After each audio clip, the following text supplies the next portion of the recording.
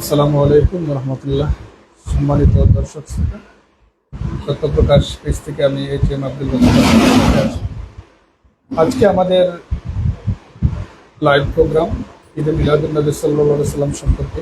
আজকে আমাদের যিনি অতিথি আছেন, তিনি আমাদের আদরের গৌরব, সবার পরিচিত প্রিয় মুখ, একজন সুমিষ্টভাষী বক্তা। ওনাকে সবাই চিনেন আলহামদুলিল্লাহ। উনি আমাদের গৌরব। তিনি দীর্ঘদিন সারসিনা ছিলেন, সারসিনা থেকে কামিল পাস করেছেন, বর্তমানে আমাদের এলাকায় আছেন। এটাই আমাদের অহংকার। মৌলানা শাহাবুদ্দিন সালাহি সাহেব অনেক প্রোগ্রাম করেন, অনেকে চিনেন। আজকে ওনাকে হাজির করেছি ইনশাল্লাহ। আজকে আমরা মিলাদুন্নবী সম্পর্কে বিস্তারিত জানবো। মিলাদুন্নবী কী এবং কেন, মিলাদুন্নবী পালন করার ফজিলত সম্পর্কে বিস্তারিত কোরআন হাদিস ভিত্তিক আলোচনা করবো। সরাসরি হুজুরের কাছে চলে যাচ্ছি। আসসালামু আলাইকুম। ওয়ালাইকুম আসসালাম। কেমন আছেন? জি আলহামদুলিল্লাহ, আপনি কেমন আছেন? আজকে আমাদের এই প্রোগ্রামে আপনাকে ইনভাইট করেছি। আপনি ইনশাল্লাহ আমাদের এই প্রোগ্রাম সম্পর্কে আপনার কাছ থেকে সেটা জানতে চাই যে ঈদ মিলাদুন্নবী কী এবং কেন, আর করণীয় সম্পর্কে বিস্তারিত আমরা জানতে চাই। আলহামদুলিল্লাহ আলহামদুলিল্লাহ ওয়া কাফা সালামুন ইবাদিহিল্লাযীনা ইসতাফা, আম্মা বা'দ। আউযু বিল্লাহি মিনাশ শাইতানির রাজীম।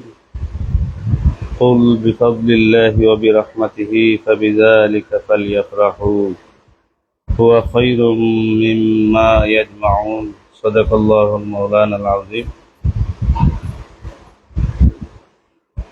সত্যপ্রকাশের অ্যাডমিন পবিত্র ঈদে মিলাদুন্নবী সাল্লাল্লাহু আলাইহি ওয়াসাল্লাম তাৎপর্য শীর্ষক আলোচনায় প্রথমে আমি আল্লাহর শুকরিয়া আদায় করব। আলহামদুলিল্লাহ, রাসূল আরবি হুজুর একরাম নূরে মুজাসসাম সৈয়দুল মুরসালিন শফিউল মুজনিবিন রাহমাতুল লিল আলামিন সৈয়দুস সাকানাইন আফতাবে নবুওয়া শাহনশাহ রিসালা সুলতানুল আরিফিন শামসুল হেদায়াত বদরুদ্দোজা মুহাম্মদুর রাসূলুল্লাহ সাল্লাল্লাহু আলাইহি ওয়াসাল্লামের প্রতি অসংখ্য অগণিত দুরূদ সালাম। তারপরে আমি ধন্যবাদ জানাবো সত্যপ্রকাশের এমডি এবং আজকের তাৎপর্য শীর্ষক আলোচনার সঞ্চালক এইচ.এম. আব্দুল বাসির ভাইকে। আসলে আমি তেমন যোগ্য ব্যক্তি নই, তারপরে যেহেতু আমার ভাই আমাকে আহ্বান করেছেন, এজন্য চেষ্টা করব কোরআন এবং হাদিসের আলোকে কিছু কথা রাসূল আরবি হুজুরপুর নূর সাল্লাল্লাহু আলাইহি ওয়াসাল্লামের মিলাদুন্নবী ঈদ মিলাদুন্নবী সাল্লাল্লাহু আলাইহি ওয়াসাল্লাম এই বিষয়ে আলোচনা অনেক দীর্ঘ এবং গভীর এবং মাহাত্ম। যতটুকু সম্ভব আল্লাহ পাক যদি আমাকে তৌফিক এনায়েত করেন, কিছু কথা। ঈদে মিলাদুন্নবী সাল্লাল্লাহু আলাইহি ওয়াসাল্লাম, ঈদ শব্দের শাব্দিক অর্থ হলো আনন্দ, খুশি। আর মিলাদুন্নবী, এখানে মুদাফ এবং মুদাফ ইলাইহির একটি সম্পর্ক। নবী আরবি হুজুরপুর নূর সাল্লাল্লাহু আলাইহি ওয়াসাল্লামের জন্ম বৃত্তান্ত তথা আগমন, রাসূল পাক সাল্লাল্লাহু আলাইহি ওয়াসাল্লামের আবির্ভাব, এই বিষয়ে যারা বলতে পারেন, যারা মানেন, তারা সৌভাগ্যশীল, তাদের প্রতি আল্লাহ রহম করেন। এজন্য ইশকে রাসূল যাদের অন্তরে আছে, আশিকে রাসূল যারা, তারা এইদিকে সবসময় শ্রদ্ধাশীল এবং গুরুত্ব প্রদান করে থাকেন। পবিত্র ঈদে মিলাদুন্নবী সাল্লাল্লাহু আলাইহি ওয়াসাল্লাম অনেকেই অনেকভাবে এই বিষয়টিকে দেখেন, তবে আহলে সুন্নাত ওয়াল জামাতের আকীদা হচ্ছে রাসূল আরবি হুজুর পাক সাল্লাল্লাহু আলাইহি ওয়াসাল্লামের মিলাদুন্নবীতে আনন্দিত হওয়া, এটা আমাদের উপর অবশ্যই করণীয়। এই বিষয়ে আমরা যদি সরাসরি কোরআন এবং হাদিসের আলোকে আলোচনায় পৌঁছে যাই, আমি মনে করি ভালোই হবে। আমি প্রারম্ভে সূরাতুল ইউনুস থেকে আমি তিলাওয়াত করেছি 58 নম্বর আয়াতে কারিমা। ঈদ এই অর্থে আমরা ব্যবহার করি আনন্দিত হওয়া, খুশি হওয়া। রাসূল আরবি হুজুরপুর নূর সাল্লাল্লাহু আলাইহি ওয়াসাল্লামের শানে কথা বললে আনন্দিত হওয়া আমাদের একান্ত কর্তব্য, এবং অবশ্যই এশকে রাসূল যাদের আছে তারা অবশ্যই মিলাদুন নবীতে খুশি হবে। আমি একটা প্রারম্ভেই আল্লামা ফুলতুলি সাহেব কিবলার একটি মত দেখেছি। উনি বলেছেন, রাসূলের প্রেমে, আল্লাহর হাবিব সাল্লাল্লাহু আলাইহি সাল্লামের মহব্বতে কেউ যদি আলোচনা করে, যদি দেখা যায় কেউ আনন্দিত হয়, তাহলে মনে করবেন ওনার ভিতরে ঈমান পরিপূর্ণ আছে, ভালো আছে। আর যদি তার চেহারা কালো হয়, মুজাদ্দিদে জামানের বক্তব্য হলো, তাহলে মনে করবেন রাসূল পাক সাল্লাল্লাহু আলাইহি সাল্লামের প্রতি তার মহব্বত, ভালোবাসা কম। আমরা কেন মিলাদুন নবীতে আনন্দিত হই? আমরা সূরাতুল ইউনুস 58 নম্বর আয়াতে কারিমায় আল্লাহ পাক বলেন, কুল বিফাদলিল্লাহি ওয়া বিরাহমাতিহি ফাবিযালিকা ফালইফরাহু হুয়া খায়রুম মিম্মা ইয়াজমাউন। এই আয়াতে কারিমায় আমরা অনুবাদের পূর্বে তাফসিরটা দেখি। তাফসিরে রুহুল মাআনি লিখেছেন আল্লামা আলুসি রহমতুল্লাহি আলাইহি। উনি তাফসিরের অংশটুকু লিখেছেন এভাবে, ওয়াখরাজা আবু শাইখ আন ইবনে আব্বাস রাদিয়াল্লাহু তাআলা আনহুমা আন্নাল ফাদলাল ইলমু ওয়ার রাহমাতু মুহাম্মদ সাল্লাল্লাহু আলাইহি ওয়াসাল্লাম ওয়াখরাজাল খাতিবু ওয়া ইবনে আসাকির আনহু তাফসির। এই আয়াতের ব্যাখ্যায় দুইটা অংশ, তাফসিরুল ফাদলে বিন নবী সাল্লাল্লাহু আলাইহি ওয়াসাল্লাম ওয়ার রাহমাতু বিআলিন কাররামাল্লাহু ওয়াজহু ওয়াল মাশহুর ওয়াসুন নবী সাল্লাল্লাহু আলাইহি ওয়াসাল্লাম বিরাহমাতি কামা ইউরশিদু কাউলুহু তাআলা ওয়া মা আরসালনাকা ইল্লা রাহমাতাল লিল আলামিন। এই আয়াতে কারিমায় উনি তাফসির যে লিখেন, একই তাফসির, দুটি অংশ। এখানে আমরা কেন ঈদ মনে করি এবং কেন আমরা আনন্দিত হই, এই প্রশ্নের জবাবে এই দলিলটা পেশ করেছেন তাফসিরে রুহুল মাআনির লেখক আল্লামা আলুসি, পৃথিবীর বিখ্যাত একজন তাফসির কারক।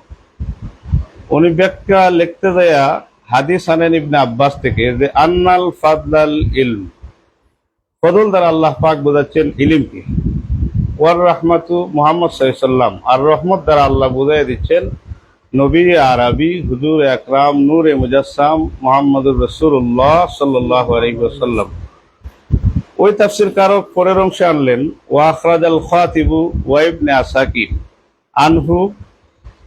ওই লেখকেই উনি ইবনে আসাকির থেকে, ইবনে আসাকির এবং খাতিব ইবনে আব্বাস থেকে আবার বর্ণনা করেন যে তাফসিরুল ফাদলে বিন নবী সাল্লাল্লাহু আলাইহি ওয়াসাল্লাম, ফজল দ্বারা আল্লাহ পাক বোঝাচ্ছেন নবী, ওয়ার রাহমাতু মুহাম্মদ সাল্লাল্লাহু আলাইহি ওয়াসাল্লাম আবি আলীন কাররামাল্লাহু ওয়াজহু, আর রহমত দ্বারা আলী।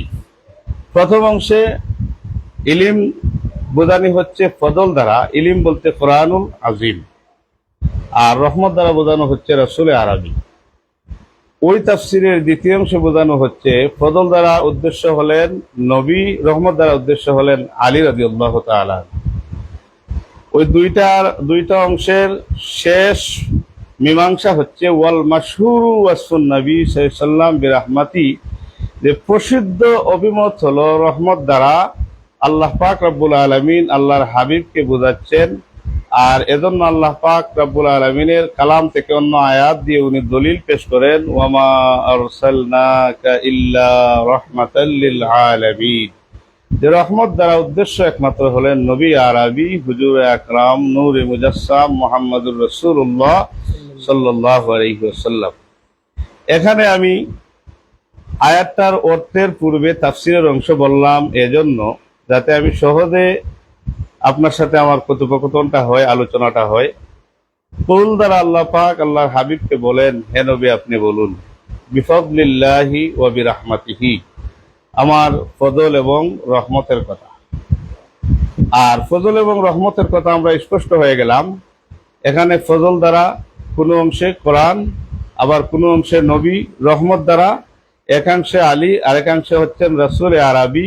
প্রসিদ্ধ মত হলো রহমত দ্বারা হলেন নবী আরবি হুজুর আকরাম নূরে মুজাসসাম সাল্লাল্লাহু আলাইহি ওয়াসাল্লাম। এতে স্পষ্ট হলাম যে আল্লাহ পাক রব্বুল আলামিন রাহমাতুল্লিল আলামিনের কথা এই আয়াতে কারিমায় ইঙ্গিত করলেন, বুঝিয়ে দিলেন। তারপর আল্লাহ পাক বললেন, ফাবিযালিকা ফালইফরাহু, এতে সারা পৃথিবীর মানুষ যারা কোরআন মানে তারা যেন প্রত্যেকেই আনন্দিত হয়। এই আনন্দ শব্দের আরবি হলো ঈদ। আর এখানে আল্লাহ পাকের অর্ডার, নবী পেয়ে যেন আমরা আনন্দিত হই। এই আয়াতের ব্যাখ্যা হলো কোরআন পেয়ে, নবী পেয়ে যেন আমরা আনন্দিত হই।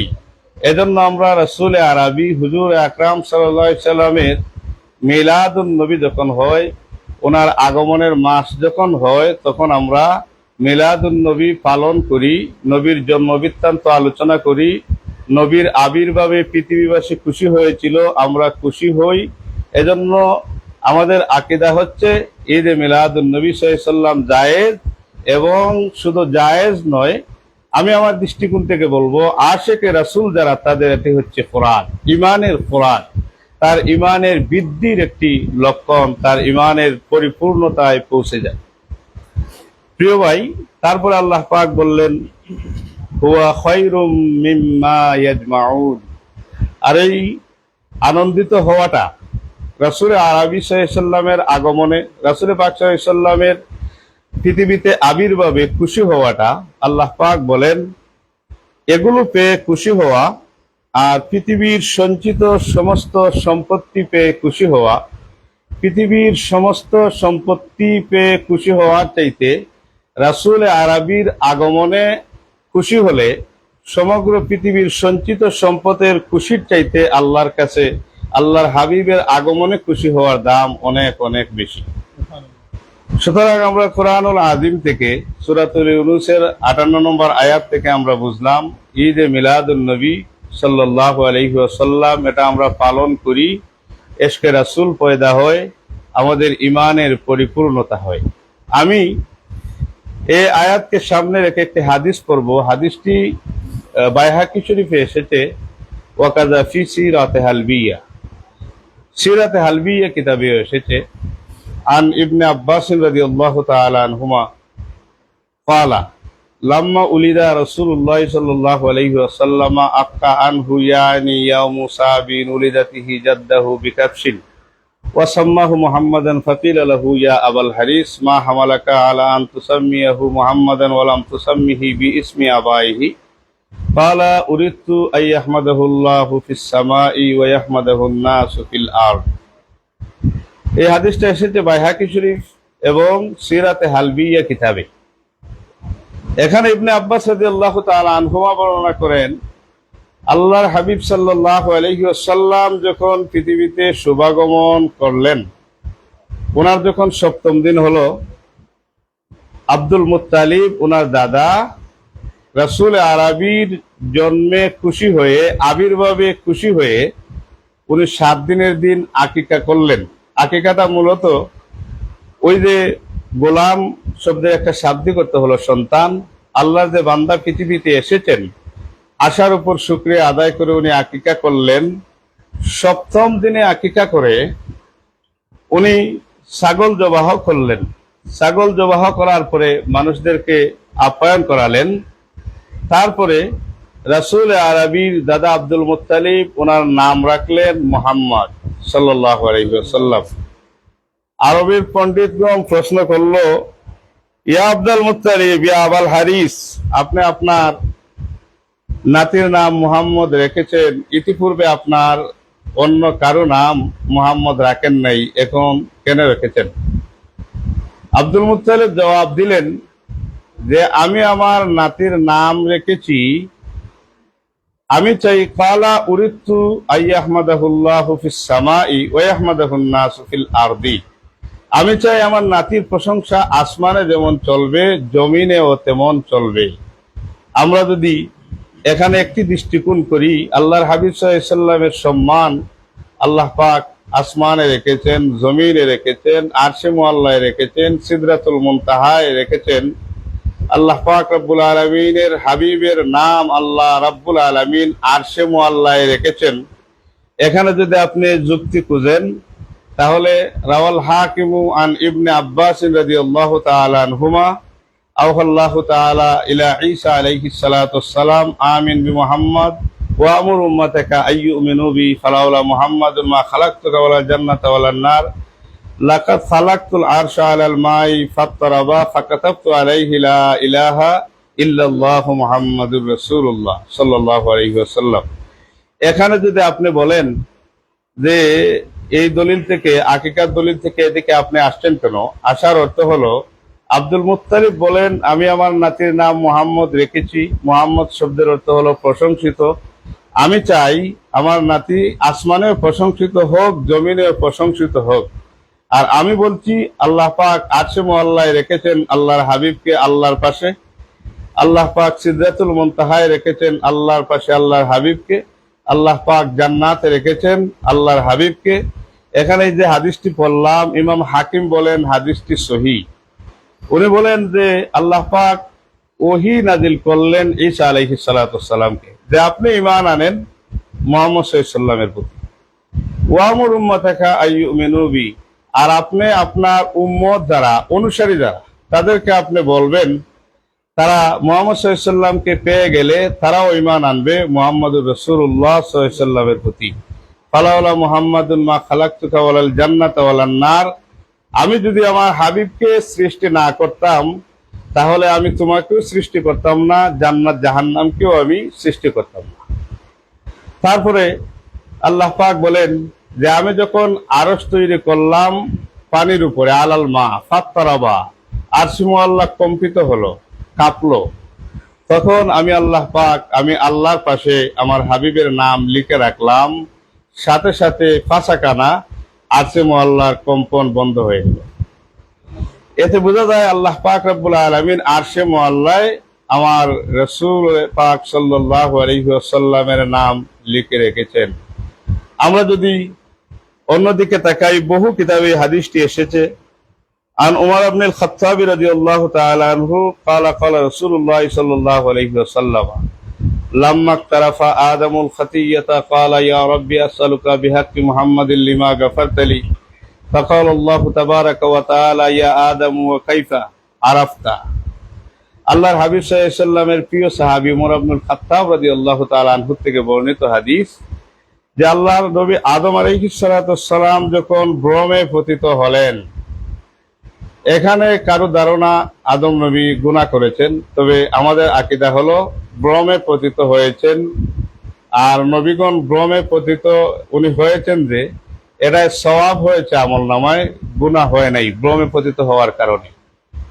জান্নাতি ফল যেভাবেই হোক খাওয়া হয়েছিল। তখন পৃথিবীতে এসে 360 বৎসর কাঁদলেন। কাঁদার পরে আল্লাহ পাক রব্বুল আলামিনের দরবারে আরাফার ময়দানে যেয়ে বললেন যে আমি মুহাম্মদ সাল্লাল্লাহু আলাইহি ওয়াসাল্লামের উসিলায় আমি আপনার কাছে ক্ষমা চাই। আল্লাহ পাক বললেন ওয়া কাইফা আরাফতা, তুমি কিভাবে তাকে চিনলে, আমি তো তাকে সৃষ্টি করে নাই। আদম আলাইহিস সালাতু ওয়াসসালাম জবাব দিলেন লিআন্নাকা লাম্মা খালাকতানি বিয়াদিকা ওয়া নাফাখতা ফিয়া মিন রূহিকা রাফাতু রাসি ফারাআইতু আলা কাওয়াইমিল আরশি মাকতুবাল লা ইলাহা ইল্লাল্লাহু মুহাম্মাদুর রাসূলুল্লাহ সাল্লাল্লাহু আলাইহি ওয়াসাল্লাম। আদম আলাইহিস সালাতু ওয়াসসালাম বলেন আমাকে যখন আপনি সৃষ্টি করলেন, সৃষ্টি করার পরে আমাকে যখন রূহ ফুঁকে দিলেন, আমি আরশে মুআল্লার দিকে তাকালাম। তাকানোর সাথে সাথে আরশে মুআল্লায় চোখ পৌঁছার সাথে সাথে আমি দেখলাম আপনি আল্লাহর পাশে মুহাম্মদের নাম। ফাআলিমতু আন্নাকা লাম তুদিফ ইসমুকা ইল্লা হাব্বাল খালকে ইলাইকা, হে আল্লাহ আমি মনে করলাম আপনি যা সৃষ্টি করেছেন, আপনার পাশে যা রেখেছেন, আপনার সবচেয়ে প্রিয় সৃষ্টি। আল্লাহ পাক বললেন সাদাকতা ইয়া আদম, তুমি সত্য বলেছ হে আদম। উদউনি বিহাক্কিহি ইন্নাহু লা হাব্বুল খালকি ইলাইয়া, আমি যা সৃষ্টি করেছি সবচেয়ে শ্রেষ্ঠতম সৃষ্টি মুহাম্মদ সাল্লাল্লাহু আলাইহি ওয়াসাল্লামকে আমি সৃষ্টি করেছি। উদউনি বিহাক্কিহি ফাকাদ গাফারতু লাক, আর তুমি যখন মুহাম্মদ সাল্লাল্লাহু আলাইহি ওয়াসাল্লামের উসিলায় ক্ষমা চাইলে তাহলে আমি আল্লাহ তোমাকে ক্ষমা করে দিলাম। এতে বোঝা যায় আরশে মুআল্লায় আল্লাহ পাক রেখেছেন, আসমানেও রেখেছেন, জমিনেও ইজ্জত রেখেছেন। জমিনে ইন্দোনেশিয়া থেকে আযান হয়, আযান হতে হতে সারা পৃথিবী ব্যাপী একটা আযানের সময় আরেকটা ওয়াক্ত শুরু হয়, এখান থেকেই শুরু হয়। সারা পৃথিবীতে নামাজ হয়, নামাজের ভিতরে তাশাহুদ প্রত্যেক আইম্মা দ্বারা তাদের মাসালা হচ্ছে, ফতোয়া হচ্ছে ওয়াজিব নামাজে পড়া। এখানে মুহাম্মদ সাল্লাল্লাহু আলাইহি ওয়াসাল্লামের নাম উচ্চারণ করতে হয়, আযানের ভিতরে মুহাম্মদ সাল্লাল্লাহু আলাইহি ওয়াসাল্লামের নাম উচ্চারণ করতে হয়। এজন্য আব্দুল মুত্তালিব যে বলেন, আমি আমার নাতির নাম রেখেছি মুহাম্মদ এজন্য যাতে আসমানে এবং জমিনে প্রশংসিত হন। এবার আপনি প্রশ্ন করবেন যে বাইহাকি শরীফ থেকে আপনি সিরাতে হালবিয়া থেকে হাদিস পড়লেন, আকিকার হাদিস, এটা তো আকিকা। রাসূল আরবি সাল্লাল্লাহু আলাইহি ওয়াসাল্লাম যখন আনাস থেকে হাদিস, আনাস রাদিয়াল্লাহু তাআলা আনহু থেকে মদিনায় হিজরত করলেন, তখন আল্লাহর হাবিব সাল্লাল্লাহু আলাইহি ওয়াসাল্লাম আকিকা করলেন। আল্লাহর হাবিব সাল্লাল্লাহু আলাইহি ওয়াসাল্লাম আকিকা একবার হয়, দুবার হয় না। এই সময় এটা করে বুঝিয়ে দিলেন, আমি আমার জন্মে আমি নিজে আনন্দিত, উম্মতেরাও যেন আনন্দিত হয়। এটাই হলো মিলাদুন নবী সাল্লাল্লাহু আলাইহি ওয়াসাল্লাম। আমরা যদি কয়েকটা তাফসিরের কথাও বলতে হবে, যদিও তাফসিরের জন্য 22টি জ্ঞানের প্রয়োজন, যার একটির 1 লক্ষ ভাগের 1 অংশ আমার নেই। সূরাতুল বাকারায় 129 নম্বর আয়াতে কারিমা আল্লাহ পাক রব্বুল আলামিন বলেন, রব্বানা ওয়াবআস ফীহিম রাসূলাম মিনহুম ইয়াতলু আলাইহিম আয়াতিকা ওয়া ইউআল্লিমুহুমুল কিতাবা ওয়াল হিকমাতা ওয়া ইউযাক্কিহিম। সাদাকাল্লাহুল মাওলানাল আযীম। এই আয়াতে কারিমাকে সামনে রেখে আমি একটু তাফসিরে জালালাইনের লেখক জালালউদ্দিন সৈয়ুতী রাহমাতুল্লাহি আলাইহি ওনার লেখা একটি কিতাবের দিকে আমার যেতে হবে। কিতাবটির নাম হলো খাসাইসুল কুবরা। এখানে একটা হাদিস এভাবে এসেছে, ইবনে সাদ ইবনে আব্বাস রাদিয়াল্লাহু তাআলা আনহুমা থেকে হাদিস বর্ণনা করেন, ইব্রাহিম নবী আলাইহিস সালাতু ওয়াস সালাম একজন বিবি ছিলেন, ওনার নাম ছিল হাজেরা রাদিয়াল্লাহু তাআলা আনহা। ইব্রাহিম আলাইহিস সালাতু ওয়াস সালামের প্রথম স্ত্রী থেকে সন্তান আসছে না, বিবাহ হলো, স্ত্রীর সমর্থন, আল্লাহর হুকুম, বিবাহ করলেন হাজেরা রাদিয়াল্লাহু তাআলা আনহা। ওনার ঘরে একজন সন্তান হলেন ইসমাঈল জবেহুল্লাহ আলাইহিস সালাতু ওয়াস সালাম, যিনি ওনার বংশ পরিক্রমায় আমাদের নবী সরকার দুজাহা মুহাম্মদ সাল্লাল্লাহু আলাইহি ওয়াসাল্লাম শুভাগমন করেন। আল্লাহর নবী, শিশু নবী ইসমাঈল আলাইহিস সালাতু ওয়াস সালাম পৃথিবীতে আবির্ভাব হলে বিবি সায়রার একটু যেন কিরকম হয়ে গেল, বললেন যে হাজেরাকে আমার পাশে রাখা যাবে না, আল্লাহ পাকের হুকুম হয়ে গেল। হযরতে, এটা হাদিসের কথা, ইবনে সাদ ইবনে আব্বাস রাদিয়াল্লাহু তাআলা আনহুমা থেকে বর্ণনা করেন, আর লিখেছেন এটা জালালউদ্দিন সৈয়ুতী খাসাইসুল কুবরার ভিতরে। আল্লাহ নবী ইব্রাহিম আলাইহিস সালাতু ওয়াস সালাম, ইসমাঈল আলাইহিস সালাতু ওয়াস সালাম, হাজেরা রাদিয়াল্লাহু তাআলা আনহা, ওনারা উঠলেন বুরাকে। জিবরাইল আলাইহিস সালাতু ওয়াস সালাম সর্বাধানিক হয়ে উনি নিয়ে যাচ্ছেন। ইব্রাহিম আলাইহিস সালাতু ওয়াস সালাম প্রতিমধ্যে বললেন, জিবরাইল আলাইহিস সালাতু ওয়াস সালাম, আপনি একটু রাখেন আমার সন্তান এবং বিবিকে। উনি রাখলেন না, হেরে মেরিয়ায় চলে গেলেন। হেরে মেরিয়ায় চলে যাওয়ার পরে বললেন, ইব্রাহিম এখানেই নেমে পড়েন। ইব্রাহিম আলাইহিস সালাতু ওয়াস সালামকে জিবরাইল আলাইহিস সালাতু ওয়াস সালাম বললেন, আপনি এখন কোন জায়গায় আপনাকে রাখা হয়েছে আপনি কি জানেন? জিবরাইল আলাইহিস সালাতু ওয়াস সালাম আবার জবাব দিলেন, আপনাকে এমন জায়গায় রাখা হয়েছে যেখানে সরকার দুজাহা আখিরি জামানার নবী মুহাম্মদ সাল্লাল্লাহু আলাইহি ওয়াসাল্লাম শুভাগমন করবেন, ওই জায়গায় আপনাকে রাখা হয়েছে। নবী করিম সাল্লাল্লাহু আলাইহি ওয়াসাল্লামের আগমনের কথা বললেন। এখানে মিলাদের গ্রাম পাওয়া যায়। ইব্রাহিম আলাইহিস সালাতু ওয়াস সালাম তখন দোয়া করলেন, রব্বানা, হে আমাদের রব, ওয়াবআস, আপনি প্রেরণ করেন, ফীহিম, তাদের মধ্যে, ওই যে ইব্রাহিম আলাইহিস সালাতু ওয়াস সালামের সন্তান ইসমাঈল জবিহুল্লাহ এবং হাজেরা রাদিয়াল্লাহু তাআলা আনহা, তাদের মধ্যে, ফীহিম রাসূলাম মিনহুম, ওই রাসূল তাদের থেকে, অর্থাৎ মুহাম্মদ সাল্লাল্লাহু আলাইহি ওয়াসাল্লামকে, যে মুহাম্মদ সাল্লাল্লাহু আলাইহি ওয়াসাল্লামের আগমন বার্তা জানলেন যে এখানে শুভাগমন করবেন, এখানে বেলাদাত হবে, জন্মগ্রহণ হবে, ওই জায়গায় তাদের মধ্যে, তাদের থেকে ওই রসুলকে আপনি প্রেরণ করেন। তারপরে বললেন, ইয়াতলু আলাইহিম আয়াতিকা, যিনি আপনার আয়াত তিলাওয়াত করবেন। এই দোয়াটা আল্লাহ পাক কোরআনুল আজিমে আল্লাহ সুন্দরভাবে কোরআনুল আজিম করে প্রেরণ করে দিলেন ইব্রাহিম আলাইহিস সালাতু ওয়াস সালামের মুনাজাতকে। তারপরে উনি দোয়া করলেন ওয়া ইউআল্লিমুহুমুল কিতাবা ওয়াল হিকমাতা ওয়া ইউযাক্কিহিম। এখানে তিনটি দোয়া। একটা হলো যে ওয়া ইউআল্লিমুহুমুল কিতাবা, যিনি কোরআন শিক্ষা দিবেন, কিতাব শিক্ষা দিবেন। যালিকাল কিতাবু লা রাইবা ফি, এটি এমন একটি কোরআন যে কোরআনে বিন্দু পরিমাণ সন্দেহ নেই। এটা কোরআনুল আযীমকে উদ্দেশ্য করে আল্লাহ পাক রব্বুল আলামিন নাজিল করেন। আর দোয়া করেছিলেন হযরত ইব্রাহিম খলিলুল্লাহ আলাইহিস সালাতু ওয়াস সালাম, হিকমা শিক্ষা দিবেন। হিকমাটা হচ্ছে রাসূল আরবির জবান মুবারক থেকে যা বের হয়েছে এগুলোকে হিকমা। কেউ বলছেন ফতোয়ার কথা, যে ফিকহের কথা। আপনি দেখেন আসমানি কিতাব তারা বিকৃত করেছে, কিন্তু কোরআনুল আযীমকে বিকৃত করতে পারে নাই। রাসূল আরবির মুখসৃত বাণী, সহিহুল বুখারী, আপনি সিয়াসিত্তার কিতাব, এগুলোকে এখনো বিকৃত করতে পারে নাই। কোরআন যেমন আমরা কোরআন শরীফ যেভাবে আমরা 30 পারায় ভাগ করে খতম করতে পারি, বুখারী শরীফের খতম সবাই পড়ে, সবাই জায়েজ মনে করে, এখনো বিকৃত হয় নাই। ইব্রাহিম আলাইহিস সালাতু ওয়াস সালামের দোয়া মুবারক, আল্লাহর কালাম। 3 নম্বরে এখানে আপনি আমার কিছু দীর্ঘ আলোচনা হবে। ওয়া ইউযাক্কিহিম, তিনি তাদেরকে পবিত্র করবেন। এই ব্যাখ্যায় যদি আপনি অনেকভাবে আলোচনা করতে পারেন। হযরত ওমর রাদিয়াল্লাহু তাআলা আনহুর ইসলাম গ্রহণ, কিভাবে ইসলাম গ্রহণ হলো এই কোরআনের উসিলায় এবং আল্লাহর হাবিবের বদন মুবারক, চেহারা মুবারকের দিকে তাকাইয়া। এখানে একটা ঘটনা আমার মনে হচ্ছে, সেটা হচ্ছে বাদশাহ তুব্বাল হিমারি। উনি মক্কা শরীফে আসলেন, কেউ সংবর্ধনা দিচ্ছে না। ওনার সাথে ধর্মীয় পণ্ডিতগণ ছিলেন। ওদেরকে প্রশ্ন করলেন, এখানে রাসূল আরবির আগমন বার্তার কথা আছে, এজন্য উদাহরণটা আমি পেশ করছি। উনি বললেন যে আমাকে কেন সংবর্ধনা দেওয়া হচ্ছে না? পণ্ডিতগণ বললেন তাদের 360টি দেবতা আছে, তারা এখানেই এগুলোর পূজা করাই ব্যস্ত, এজন্য আপনাকে সময় তারা দিতে পারে না।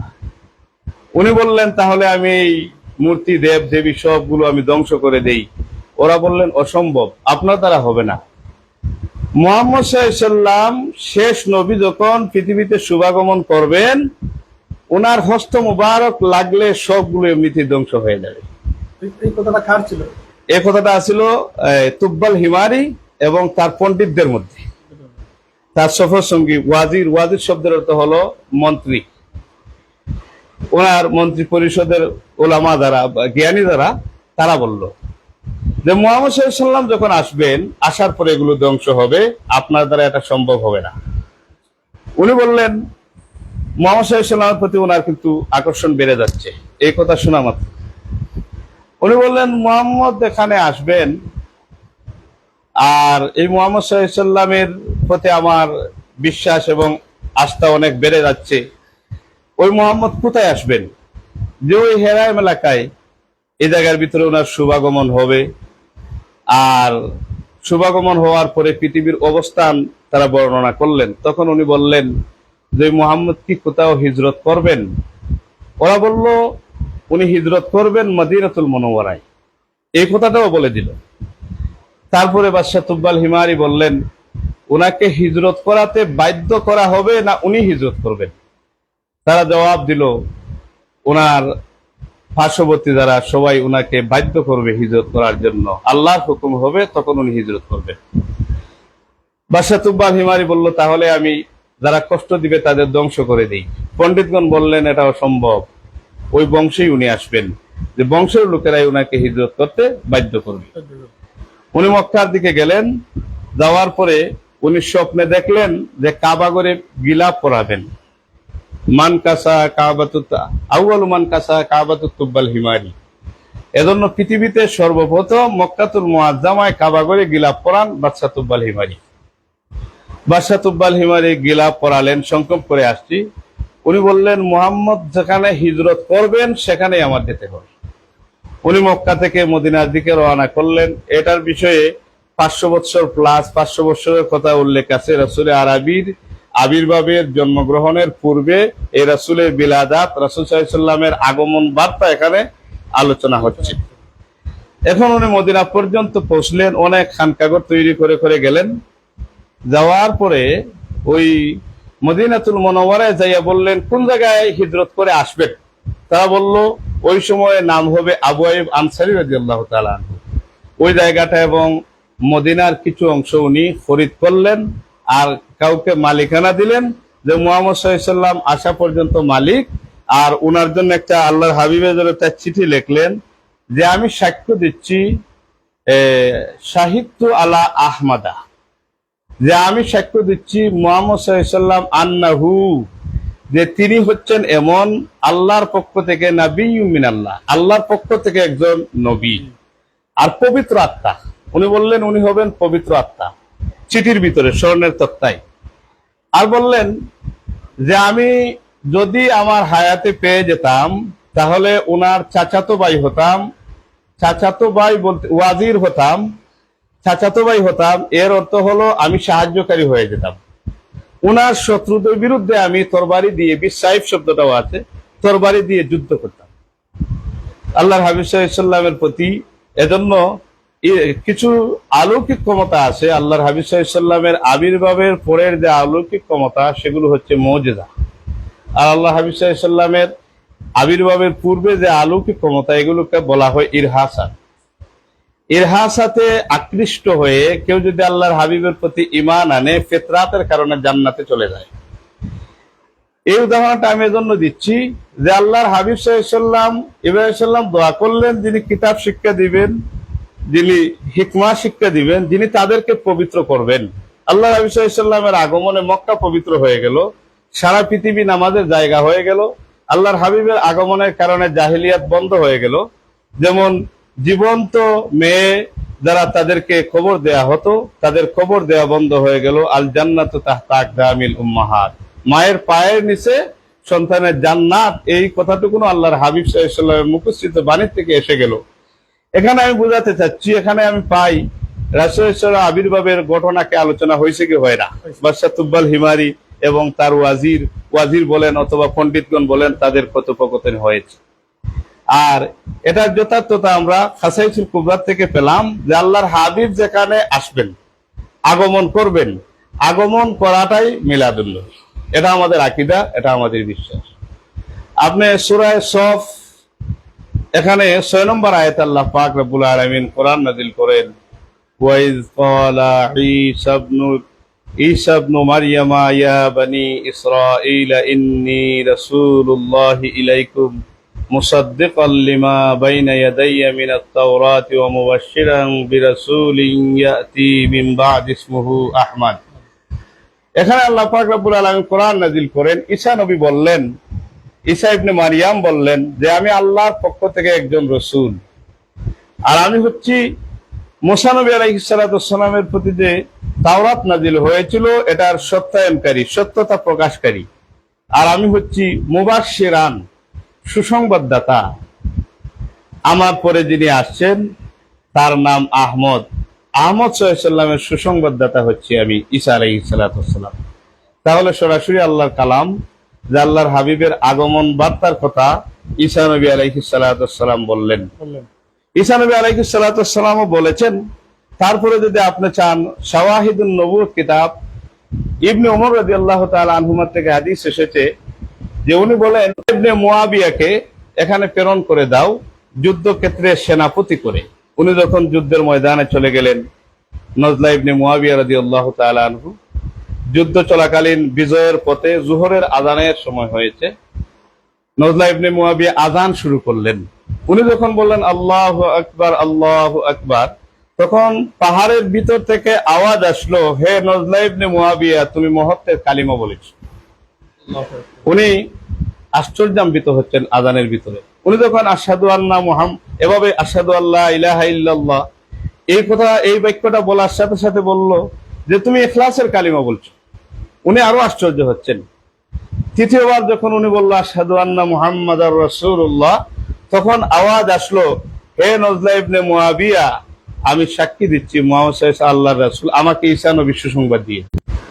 আমার জন্য ঈসা নবী দোয়া করেছেন। উনি পৃথিবীতে আগমন হওয়া পর্যন্ত আল্লাহ আমাকে হায়াত বাড়িয়ে দিয়েছেন। আর আমাকে মুহাম্মদ সাল্লাল্লাহু আলাইহি ওয়াসাল্লামের সুসংবাদ উনিই বলে গেছেন। এতে বোঝা যায় মিলাদুন নবী সাল্লাল্লাহু আলাইহি ওয়াসাল্লাম, তার আগমন বার্তার কথা আমাদের নবী সাল্লাল্লাহু আলাইহি সাল্লামের আগমনের পূর্বে ছিল এবং পরেও ছিল। হযরত শীশ আলাইহিস সালাতু ওয়াস সালামকে আদম আলাইহিস সালাতু ওয়াস সালাম বললেন যে আপনি শীষ, তুমি আল্লাহকে স্মরণ করলে রাসূল আরবি মুহাম্মদ সাল্লাল্লাহু আলাইহি সাল্লামকে স্মরণ করো। উনি বললেন, কেন বাবা? বললেন যে আমাকে নবীদের সংখ্যার সমপরিমাণ লাঠি আল্লাহ পাক দান করেছিলেন, আমাকে আল্লাহ পাক রব্বুল আলামিনের নাম লেখা দেখেছি, এজন্য তোমাকে বললাম তুমি যখন আল্লাহকে স্মরণ করো রাসূল পাক সাল্লাল্লাহু আলাইহি সাল্লামকে তুমি স্মরণ করবে। এই দিক থেকে আমরা রাসূল সাল্লাল্লাহু আলাইহি সাল্লামের আগমন, পৃথিবীতে আসবেন, অনেক যুক্তি এবং অনেক দালাইল আমাদের কাছে আছে। আর আরো যদি আমরা সামনে আরেকটু আগাই, আল্লাহর হাবিব সাল্লাল্লাহু আলাইহি সাল্লামের আগমন আল্লাহ পাক রব্বুল আলামিন পৃথিবীতে প্রেরণ করেছেন আল্লাহর হাবিবকে সর্বশেষে, কিন্তু সৃষ্টিগতভাবে আল্লাহ পাক রব্বুল আলামিন সকলের পূর্বেই আল্লাহ পাক তার হাবিবকে সৃষ্টি করেছেন। আমরা যদি এটির দিকে একটু অগ্রসর হই তাহলে দেখবেন, আপনার তিরমিজি শরীফের হাদিস দেখেন, আন আবি হুরায়রা রাদিয়াল্লাহু তাআলা আনহু ক্বালা ক্বালু ইয়া রাসূলুল্লাহ মাতা ওয়াজাবাত লাকান নবুওয়াতু ক্বালা কুনতু নাবিয়্যাম ওয়া আদামু বাইনার রূহি ওয়াল জাসাদি। আল্লাহর হাবিবের সম্মুখে সাহাবায়ে কেরাম প্রশ্ন করেন, আবি হুরায়রা থেকে হাদিস, আর বর্ণনা করেছেন ইমাম তিরমিজি রাহমাতুল্লাহি আলাইহি তার জামিউ তিরমিজিতে, যে সাহাবায়ে কেরাম প্রশ্ন করলেন, ইয়া রাসূলুল্লাহ আপনি কখন থেকে নবী? তখন আল্লাহর হাবিব বললেন, কুনতু নাবিয়ান, আমি নবী ছিলাম আদম আলাইহিস সালাতু ওয়াস সালাম আত্মা এবং দেহের মধ্যখানে যখন, তখনও আমি আল্লাহর কাছে নবী। আপনি যদি আরেকটু তাকান, আল্লাহর হাবিব সাল্লাল্লাহু আলাইহি সাল্লামের শান এত উঁচু করে রেখেছেন আল্লাহ পাক রব্বুল আলামিন। এটা যথেষ্ট কিতাবে এসেছে, সিরাতে হালবিয়াতে এসেছে, মাওয়াহিবুল লাদুনী আল্লামা কুস্তালানী লিখেছেন, আহমদ ইবনে মুহাম্মদ ইবনে আবি বকর কুস্তালানী, খাতিব কুস্তালানী রাহমাতুল্লাহি আলাইহি, উনি মাওয়াহিবুল লাদুনী কিতাবে এনেছেন। আন আবি হুরায়রা রাদিয়াল্লাহু তাআলা আনহু ক্বালা ক্বালা রাসূলুল্লাহ সাল্লাল্লাহু আলাইহি ওয়াসাল্লাম ইন্নাহু সাআলা জিবরাইল ফাকালা ইয়া জিবরাইল কাম আমারতা মিনাস সিনিনা ফাকালা ইয়া রাসূলুল্লাহ লাস্তু আলামু গায়রা আন্না ফিল হিজাবির রাবি নাজমান ইয়াতলাউ ফি কুল্লি ৭০ আলফ সানাতিন মাররা রাআইতুহু ৭২ আলফ মাররা ফাকালা ইয়া জিবরাইল ওয়া ইজ্জতি রাব্বি জাল্লা জালালুহু আনা যালিকাল কাওকাব। এই হাদিসটা এসেছে, আবি হুরায়রা রাদিয়াল্লাহু তাআলা আনহু বর্ণনা করেন, আল্লাহর হাবিব সাল্লাল্লাহু আলাইহি সাল্লাম জিবরাইল আলাইহিস সালাতু ওয়াস সালামকে প্রশ্ন করলেন, কাম আমাতা মিনাস সিনিন, তোমার বয়স কত? জিবরাইল আলাইহিস সালাতু ওয়াস সালাম জবাব দিলেন, লাস্তু আলাম গায়রা আন্না ফিল হিজাবির রাবি নাজমান ইয়াতলাউ ফি কুল্লি ৭০ আলফ সানাতিন মাররা। ইয়া রাসূলুল্লাহ, আমি জানি না আমার বয়স কত হবে, তবে আমি দেখেছি চতুর্থ আসমানে একটা সিতারা উদিত হয়েছে, এই সিতারা প্রতি ৭০,০০০ বছর পরে পরে উদিত হতো। রাআইতুহু ৭২ আলফা সানা, আমি ওই তারকাটা ৭২,০০০ বারের বেশি দেখেছি।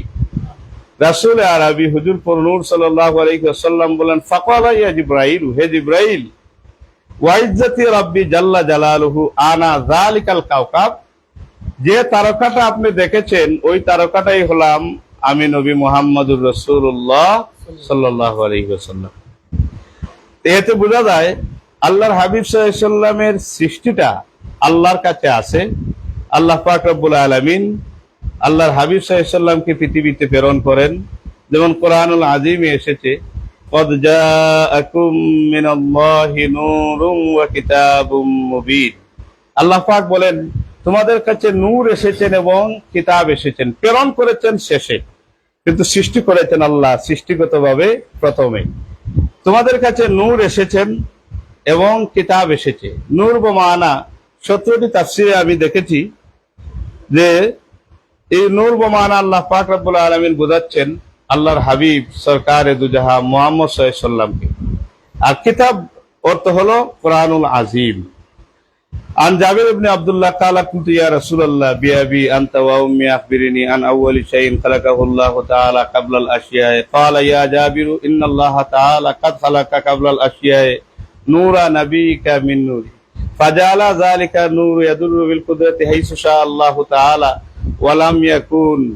ولم يكن في ذلك الوقت لوح ولا كلام ولا جنة ولا نار ওয়ালা মালাকুন ওয়ালা সামাউন ওয়ালা আরদুন ওয়ালা শামসুন ওয়ালা কামারুন ওয়ালা জিন্নুন ওয়ালা ইনসুন রাওয়াহাল মাওয়াহিবুল্লাহ দুনিয়া। জাবির ইবনে আব্দুল্লাহ বলেন, ইয়া রাসূলুল্লাহ, আমি আমার পিতামাতাকে কোরবান করে দিলাম, আপনি বলেন আল্লাহ পাক সর্বপ্রথমে কি সৃষ্টি করেছেন? আল্লাহর হাবিব বললেন, তোমার নবী নূর আল্লাহ সৃষ্টি করেছেন।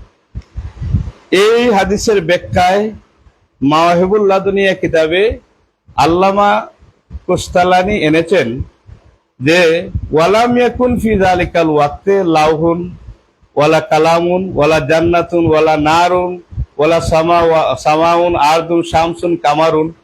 চন্দ্র, সূর্য, মানুষ, জিন, জান্নাত, জাহান্নাম, ফেরেশতা যখন কিছুই ছিল না, তখন নবী মুহাম্মদুর রাসূলুল্লাহ সাল্লাল্লাহু আলাইহি ওয়াসাল্লাম আল্লাহর কাছে ছিলেন।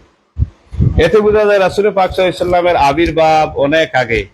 আর আমরা যে এতক্ষণ যে আলোচনা করলাম, এখানে আমি স্পষ্ট ধারণা দিতে চাই যে আল্লাহর হাবিব সাল্লাল্লাহু আলাইহি ওয়াসাল্লামের মিলাদে আমরা খুশি হব, এটা প্রথম আয়াতে কারিমার ব্যাখ্যায় আমরা উপলব্ধি করেছি। মিলাদুন নবী সাল্লাল্লাহু আলাইহি ওয়াসাল্লাম, আমি যদি আমার ব্যক্তিগত মানে সদিচ্ছা বলি বা এশক বলি, আমি আমার দৃষ্টিকোণ থেকে বলবো যে ইমানদার ব্যক্তির জন্য মিলাদুন নবীর দলিলের প্রয়োজন হয় না। এশকে রাসূল থাকলে দলিল ছাড়াই বলতে পারে মিলাদুন নবী জায়েজ। তারপরে আমরা যেহেতু আল্লাহ পাক তৌফিক এনায়েত করেছেন, হয়তো দুই একটি কথা বিস্তারিত হয়তো আমরা বলতে পারছি না, ইলমের একটা সংখ্যা থাকায় কম সংখ্যক ইলম। আপনারা যদি তাকান, ইমাম হাসান বসরি রাহমাতুল্লাহি বলেন, ওয়াদিতু লাউ কানা লিমিসালা জাবালিন উহুদিন যাহাবান ফানফাকতু আলা কিরাতি মাউলুদিন নবী সাল্লাল্লাহু আলাইহি ওয়াসাল্লাম। ইমাম হাসান বসরি বলেন, আল্লাহ পাক যদি আমাকে উহুদ পাহাড় সমপরিমাণ স্বর্ণমুদ্রা দান করতেন, সমগ্র স্বর্ণমুদ্রাগুলো আমি মিলাদুন নবীর জন্য দান করে দিতাম। আল্লামা জুনায়েদ বুগদাদি রাহমাতুল্লাহি বলেন যে মান হাদারা মাউলুদুন নবী সাল্লাল্লাহু আলাইহি ওয়াসাল্লাম ওয়া আযযামা কাদরাহু ফাকাত ফাযা বিল ঈমান। কেউ যদি মিলাদুন নবী সাল্লাল্লাহু আলাইহি ওয়াসাল্লামের মাহফিল, ওলামায়ে কেরাম নেই, আগের সময় মুজাদ্দিদ ছিলেন, এখন তাফসীর মুফাসসির বলা যায়, কিন্তু মুফাসসির হওয়ার জন্য 22টা জ্ঞানের প্রয়োজন। এগুলো সারা পৃথিবীতে কয়জনের আছেই বা এটা আল্লাহ পাক রব্বুল আলামিন ভালো জানেন। কিন্তু এই যে আশিকে রাসূল, প্রখ্যাত উলামায়ে কেরাম, একজন তাবী, হাসান বসরি রাহমাতুল্লাহি হলেন একজন তাবী। এরপরে আপনি দেখেন, আপনি যদি আরেকটু সামনে আগান, আল্লামা সাদিস সাকতি হাউল ফতোয়া কিতাবে লিখেন, মান কাসাদা মাউদিয়ান ইয়াকরাউ মাউলুদুন নবী সাল্লাল্লাহু আলাইহি ওয়াসাল্লাম ফাকাত কাসাদা রাউদাতাম মির রিয়াদিল জান্নাহ। এখানে আল্লামা সাদিস সাকতি বলেন যে কেউ যদি মিলাদুন নবীর মাহফিলে, আমি কেন বললাম যে দলিল ছাড়া মিলাদুন নবী জায়েজ, আল্লামা সাদিস সাকতি বলেন কেউ যদি মিলাদুন নবীর মাহফিলে বসতে চায়, সে যেন আল্লাহর জান্নাতের বাগানে বসার ইচ্ছা পোষণ করবে। উনি যুক্তি দেন লিআন্নাহু মা কাসাদা যালিকাল মাউদিল্লা লি মুহাব্বাতিন নবী সাল্লাল্লাহু আলাইহি ওয়াসাল্লাম। উনি বলেন রাসূল সাল্লাল্লাহু আলাইহি ওয়াসাল্লামের মহব্বত ছাড়া মিলাদুন নবীর মাহফিলে কেউ বসতে চায় না। তাইলে উনার এই অংশ থেকে বোঝা গেল এশকে রাসূল যাদের আছে, তারা রাসূলে আরবিকে মিলাদুন নবীতে বসবে এবং বসার ইচ্ছা পোষণ করবে।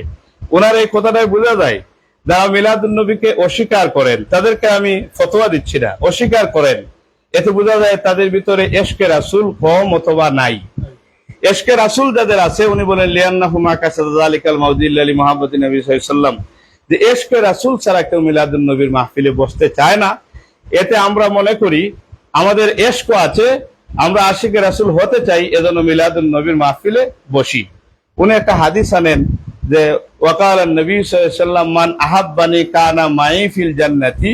কেউ যদি আল্লাহর হাবিব সাল্লাল্লাহু আলাইহি ওয়াসাল্লামকে ভালোবাসে, আল্লাহর হাবিবের সাথে জান্নাতে বসবাস করবে। এটা আমার মতো সাধারণ একজন আলেমের কথা নয়, এটা আল্লামা সাদরি শক্তির কথা। আমরা ধারণা করি, আমরা যদি আল্লাহর হাবিবের মিলাদুন নবীর মাহফিলে বসি, আলোচনা করি, নবীর জীবন বৃত্তান্ত নিয়ে আমরা বর্ণনা করি, যতটুকু তৌফিক হয়, এটা আমাদের এশক পয়দা হবে, আশিকে রাসূলের পরিচয় আমরা গ্রহণ করব, আল্লাহ রাসূলের শাফায়াত পাবো, আল্লাহর হাবিবের মহব্বত অর্জন করে আল্লাহর হাবিবের সাথে আমরা জান্নাতে যাব। এই বিষয়টা কেউ কেউ বলেন যে সিরাতের কথা এখানে আসছে, যেমন প্রাসঙ্গিক বলছি আর কি, সিরাতের কথা, সিরাতুন নবী নবী করিম সাল্লাল্লাহু আলাইহি ওয়াসাল্লামের আদর্শ গ্রহণ করতেই হবে। এটার কোনো বিকল্প নেই। তবে আল্লাহ হাবিব সাল্লাল্লাহু আলাইহি ওয়াসাল্লামের আদর্শ তো আমরা লালন করছি প্রতিনিয়তে। আল্লাহ হাবিব সাল্লাল্লাহু আলাইহি ওয়াসাল্লাম যেভাবে নামাজ পড়েছেন, তাকবীরে উলা করেছেন, এই সহসিজদা আসলে সহসিজদা করছি, এভাবে নামাজের ভিতরে সিরাতে সুরতে মাথায় টুপি আছে, আমরা সুন্নতি জুব্বা পড়ছি, এগুলা সবকিছু সিরাতের অংশ, বিশেষ আদর্শ। আল্লাহর হাবিব কথা বলতেন কিভাবে, আল্লাহর হাবিব সাল্লাল্লাহু আলাইহি ওয়াসাল্লামের চুল মোবারক কেমন ছিল, দাড়ি মোবারক কেমন ছিল, এগুলো আমরা পালন করতেই আছি। কিন্তু আমরা সিরাতুন নবীকে অস্বীকার করি না। তবে কেউ যদি সিরাতুন নবীকে প্রাধান্য দিতে যাইয়া মিলাদুন নবীকে অস্বীকার করে, এখানে আমরা আমার এই পূর্বের যে আলোচনা কয়েকটা অংশে বোঝা যায় যে এশকে রাসূল নাই, এজন্য মিলাদুন নবীকে অস্বীকার করে। আর আমরা যদি রাসূল পাক সাল্লাল্লাহু আলাইহি ওয়াসাল্লামের মহব্বত আমাদের না থাকে, লা ইউমিনু আহাদুকুম হাত্তা আকুনা হাব্বা ইলাইহি মিন ওয়ালিদিহি ওয়া ওয়ালাদিহি ওয়ান নাসি আজমাইন। আনাস ইবনে মালিক রাদিয়াল্লাহু তাআলা আনহু থেকে হাদিস, আল্লাহর হাবিব সাল্লাল্লাহু আলাইহি ওয়াসাল্লাম বলেন, তার সন্তান সন্ততি পিতামাতার চাইতেও মহব্বত করতে হবে আমি রাসূল পাক সাল্লাল্লাহু আলাইহি ওয়াসাল্লামকে, তাহলে পূর্ণ ঈমানদার হবে। এতে বোঝা যায় যারা এটাকে অস্বীকার করেন তারা আসলে বাস্তবে রাসূল পাক সাল্লাল্লাহু আলাইহি ওয়াসাল্লামের সাথে মহব্বত কম, এজন্যই তারা অস্বীকার করেন, অথবা নাই এজন্য অস্বীকার করেন। আমরা সিরাতুন নবীকে অস্বীকার করি না, আমরা মিলাদুন নবী সাল্লাল্লাহু আলাইহি ওয়াসাল্লামকে প্রাধান্য দেই, সিরাতুন নবীকে আমরা লালন করি। আমাদের সমগ্র জীবনটা সিরাতের, আল্লাহর হাবিবের সিরাতের উপরে আছে। কিন্তু যখন আল্লাহর হাবিবের আগমন বার্তা আসে, আমরা কোরআনের দৃষ্টিকোণ থেকে, হাদিসের দৃষ্টিকোণ থেকে, এজন্য আমরা মিলাদুন নবী সাল্লাল্লাহু আলাইহি ওয়াসাল্লামকে আনন্দিত হই। আপনি শাওয়াহিদুন নবুওয়াত কিতাবে দেখেছি যে সুফিয়া বিনতে আব্দুল মুত্তালিব রাসূল সাল্লাল্লাহু আলাইহি ওয়াসাল্লামের ফুফি ছিলেন। উনি বলেন, আল্লাহর হাবিব সাল্লাল্লাহু আলাইহি ওয়াসাল্লামের আগমনের সময়, আল্লাহর হাবিব সাল্লাল্লাহু আলাইহি ওয়াসাল্লাম যখন পৃথিবীতে আসবেন, আসার সময় আমি ওনার মায়ের ঘরে ছিলাম। আমি ওনার মায়ের ঘরে থাকা অবস্থায় আমি একটা বিষয় এখানে রেখে এসেছি। ওই যে প্রথমে আমরা বলছিলাম আব্দুল মুত্তালিব নাম রাখলেন, নাম রাখার পিছনে, প্রশংসিত নাম রাখার পিছনে আরেকটা কারণ, এটা আমি হয়তো প্রথমে বলতে পারি নাই, এখন বলছি। উনি বলেন, আমি হেরেমে ঘুমিয়েছিলাম, আমি দেখলাম আল্লাহর আসমান থেকে একটা রাস্তা হয়ে গেছে হেরেম পর্যন্ত। ওই রাস্তা দিয়ে দুইজন রমণী আসছেন, একজনের নাম হলো আসিয়া আর একজনের নাম হলো মারিয়াম রাদিয়াল্লাহু তাআলা।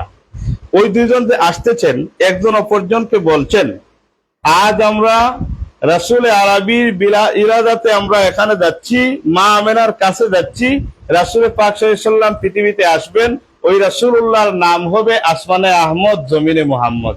আব্দুল মুত্তালিব বলেন, আমি রেখেছিলাম এজন্য, আমার নাতির নাম আমার পক্ষ থেকে রাখি নাই, আসমানওয়ালা আল্লাহর পক্ষ থেকে ওই দুইজন জান্নাতি রমণীর কথোপকথনের ভিত্তিতে আমি আমার নাতির নাম মুহাম্মদ সাল্লাল্লাহু আলাইহি ওয়াসাল্লাম রেখেছিলাম। সুফিয়া বিনতে আব্দুল মুত্তালিব বলেন, আমার বাবা সবার সমন্বয়ে আমি আমিনার ঘরে ছিলাম, আমি অনেকগুলো 10টা নিদর্শন দেখেছি। শাওয়াহিদুন নবুওয়াত কিতাবে এখানে বর্ণনা আছে স্পষ্ট, যে আল্লামা আব্দুর রহমান নববী রহমতুল্লাহ লিখেছেন কিতাবটি, যে সুফিয়া বিনতে আব্দুল মুত্তালিব বলেন, রাসূল সাল্লাল্লাহু আলাইহি ওয়াসাল্লাম যখন শুভাগমন করলেন, আমি দেখলাম উনি মায়ের থেকে আসলেন সিজদারত অবস্থায়। আমি দেখলাম মুহাম্মদ সাল্লাল্লাহু আলাইহি ওয়াসাল্লাম যখন আগমন হলো, উনি সিজদা করছেন আল্লাহ দরবারে পৃথিবীতে আগমন করেই। আমি দেখলাম ওনার চেহারার মধ্যে যে প্রদীপ নূরের আলো, সমগ্র কামরা আলোকিত হয়ে গেছে, প্রদীপের চাইতে আরো উজ্জ্বল তার চেহারা মুবারকের, আল্লাহর হাবিব সাল্লাল্লাহু আলাইহি ওয়াসাল্লামের চেহারা মুবারকের উজ্জ্বলতা। উনি বলেন, আমি চাইলাম ওনাকে পাকশাক করি, গায়েব উপর থেকে আওয়াজ আসলো, ওনাকে গোসল করাতে হবে না, আমি আল্লাহ পাক রব্বুল আলামিন তাকে পবিত্র করে প্রেরণ করেছি। উনি বলেন, আমি যখন চাইলাম ছেলে না মেয়ে দেখতে চাইলাম, তখন দেখলাম ফতনাগ্রস্ত অবস্থায় আল্লাহর হাবিব সাল্লাল্লাহু আলাইহি ওয়াসাল্লাম শুভাগমন করেছেন। উনি বলেন, আমি যখন চাইলাম তার পৃষ্ঠদেশে, তখন দেখলাম পৃষ্ঠদেশে আল্লাহ পাক রব্বুল আলামিনের হাবিবের নাম লেখা আছে। আমি যখন স্কন্ধের দিকে তাকালাম, তখন দেখলাম মহরে নবুয়তের চিহ্ন দেখা যাচ্ছে। আল্লাহর হাবিব সাল্লাল্লাহু আলাইহি ওয়াসাল্লামের দুধমা হালিমাতুস সাদিয়া রাদিয়াল্লাহু তাআলা আনহা, উনি সম্মানিত একজন মহিয়সী ছিলেন। আল্লাহর হাবিব সাল্লাল্লাহু আলাইহি ওয়াসাল্লামকে দুধ পান করানোর তৌফিক করে দিয়েছিলেন আল্লাহ পাক। উনি বলেন, আমি যখন ওই সময়ে কোনো সন্তান যখন আসতো, আরবের রীতি ছিল আপন মা তাকে দুধ পান করাতে পারতেন না, দুধ পান করানোর জন্য তাকে প্রয়োজন হতো অন্য কোনো দাত্রীমার। হালিমাতু সাদিয়া বলেন, আমি এরকম একজন সন্তানের খুঁজে আসলাম, আসার পরে আমি দেখলাম মুহাম্মদ সাল্লাল্লাহু আলাইহি ওয়াসাল্লাম ছাড়া আর কেউ নেই, সকল সন্তান, বাবা আছে নিয়ে গেছে কিছু হাদিয়া নিয়ে, কিন্তু এই সন্তান ইয়েতিম, কেউ নিচ্ছে না তাকে। আমি যখন তাকালাম, তার দিকে তাকানোর সাথে সাথে আমার সব অবস্থান পরিবর্তন হয়ে গেল। শেষ অবলম্বন আমি যখন তাকে কুলে নিলাম, আমার বাহনটা আসছিল সবার শেষে, বাহনটা দুর্বল থাকার কারণে, কিন্তু আমি ওই বাহনে যখন হাবিবুল্লাহ সাল্লাল্লাহু আলাইহি ওয়াসাল্লামকে নিলাম, দেখলাম সবার অগ্রে চলে গেল। আমি ওই সন্তানটাকে যখন আমি কুলে নিলাম, দুধ পান করালাম, পরের দিন থেকে আমার যে পশুপালন গুলো ছিল এগুলো দেখা যায় মাঠের ভিতরে পরিপূর্ণ খেয়ে সবকিছু তার পরিপূর্ণতায় পৌঁছলো, গড় আলোকিত হলো। আমার দৃষ্টিকোণ থেকে আমার সবকিছুর উন্নতি শুরু হয়ে গেল। আল্লাহর হাবিব সাল্লাল্লাহু আলাইহি ওয়াসাল্লামের আগমনটা ছিল মুমিনদের জন্য খুশির দিন। রাসূল সাল্লাল্লাহু আলাইহি ওয়াসাল্লামের জন্ম বৃত্তান্ত আলোচনা, এটা বরকত। কেমনে? মিলাদুন নবী করলে, আমি সর্বশেষের দিকে আসছি, মিলাদুন নবী সাল্লাল্লাহু আলাইহি ওয়াসাল্লাম করলে উপকার আছে।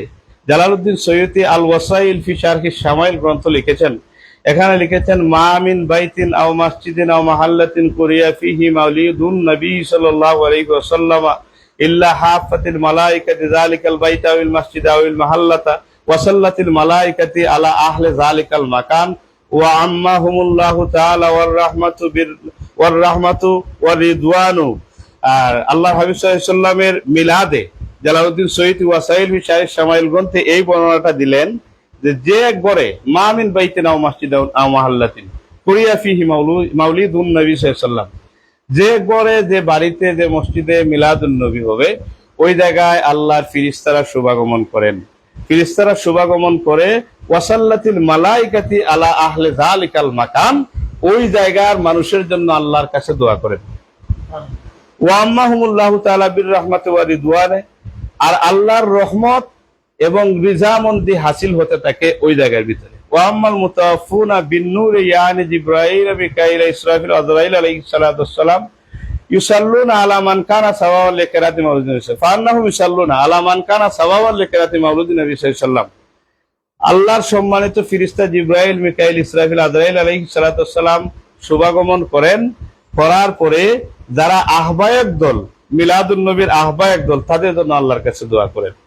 এখন আমি, যারা মিলাদুন নবীকে অস্বীকার করে, আপনার দৃষ্টিকোণ থেকে আমি আপনাকে এখন জিজ্ঞাসা করব, জালালউদ্দিন সৈয়দীর মতো প্রখ্যাত বিখ্যাত একজন আলেম আর বর্তমান যারা অস্বীকার করে, তারা কি সমান?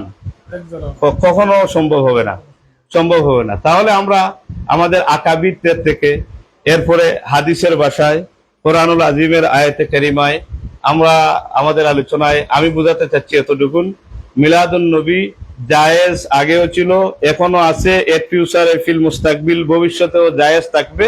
তবে এটা এশকে রাসূলের একটা বিষয় আছে, যাদের অন্তরে রসুল প্রেম থাকবে তারা আল্লাহর হাবিব সাল্লাল্লাহু আলাইহি ওয়াসাল্লামের মিলাদুন নবীতে খুশি হবে, তারা আপ্যায়নের ব্যবস্থা করবে, তারা মানুষকে খাওয়ানোর ব্যবস্থা করবে, সওয়াবের কাজ করবে। এটা আমাদের আকীদা হলো যে আমরা এটা করব, করে আসছি, আর আমরা বৃত্তি ছাড়া করি না, আমাদের বৃত্তি পূর্বে আছে। এখন আসেন, রাসূল পাক সাল্লাল্লাহু আলাইহি ওয়াসাল্লামের প্রতি মহব্বত যাদের আছে, যাদের নাই, এই দুই শ্রেণীর মানুষের পার্থক্য আছে কিনা?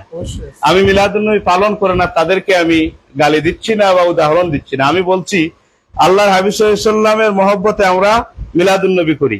মিলাদুন নবী, আল্লাহর হাবিব সাল্লাল্লাহু আলাইহি ওয়াসাল্লামের মহব্বত যারা করে তারা একটা শ্রেণী, যারা আল্লাহর হাবিবের মহব্বত থেকে দূরে থাকে তারাও আরেকটা শ্রেণী। আল্লাহর হাবিব সাল্লাল্লাহু আলাইহি ওয়াসাল্লামকে কষ্ট দিলে খারাপ দিকটা কি, বদদাটা কি? আমরা চিনি খসরু পারভেজ, পৃথিবীর একজন বাদশাহ, পারস্য রাজ ছিলেন। ওনার কাছে আল্লাহর হাবিব সাল্লাল্লাহু আলাইহি ওয়াসাল্লামের চিঠি পৌঁছলো। চিঠি পৌঁছার পরে আল্লাহর হাবিব সাল্লাল্লাহু আলাইহি ওয়াসাল্লাম চিঠি লিখলেন, ইসলামের দাওয়াত দিলেন। উনি চিঠিটাকে টুকরো টুকরো করে ছিঁড়ে ফেললো। আল্লাহর হাবিব সাল্লাল্লাহু আলাইহি ওয়াসাল্লামের কাছে যখন সংবাদ আসলো, আল্লাহ রাসূল সাল্লাল্লাহু আলাইহি ওয়াসাল্লাম বললেন যে আমার চিঠি টুকরো টুকরো করেছে, তার সিংহাসন আল্লাহ টুকরো টুকরো করে দিল। এখন তার ফ্যামিলিতে 3 জন মানুষ, খসরু পারভেজ, তার স্ত্রী শিরিন, তার ছেলে হলো শেরওয়াই। শেরওয়াই সিদ্ধান্ত নিল মায়ের সাথে জিনা করবে। সে প্রথমে দেখলো এই কাজ করতে হলে বাবাকে আগে কতল করতে হবে, এজন্য সে লম্বা ছুরি দিয়ে একটা আঘাত করলো, বাবা মরে গেল। এই সিংহাসন তছনছ হচ্ছে, কিন্তু আল্লাহ হাবিব সাল্লামের সাথে বেয়াদবির একটা ফল এবং ফসলটা বোঝা যাচ্ছে। ছেলেটার এই ভাবমূর্তি দেখে মা বুঝতে পারলেন, এজন্য বললেন, ছেলে এই কাজ করতে চায়, আমি গলায় রশি দিয়ে আমি মরে যাই। মরে গেল, দুইজন শেষ। শেরওয়াই বাবার কৌটায় পেল, একটা কৌটা ছিল কুমোরে, বাহিরে লেখা হালুয়া, এক চামচ খেলে জীবনে আর বুড়া হয় না। কত বড় বেয়াদব! সে এক চামচ খেলো, আসলে বিষ, সেও মারা গেল।